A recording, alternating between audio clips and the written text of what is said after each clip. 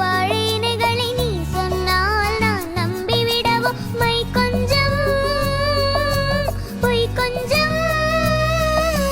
கண்ணுக்குள் நீ கொண்டு வருவாய் காலத்தான் மூவாத உயர்த்தம் சங்கத்தில் பாடாத கவிதை அங்கத்தில் யார் தந்தது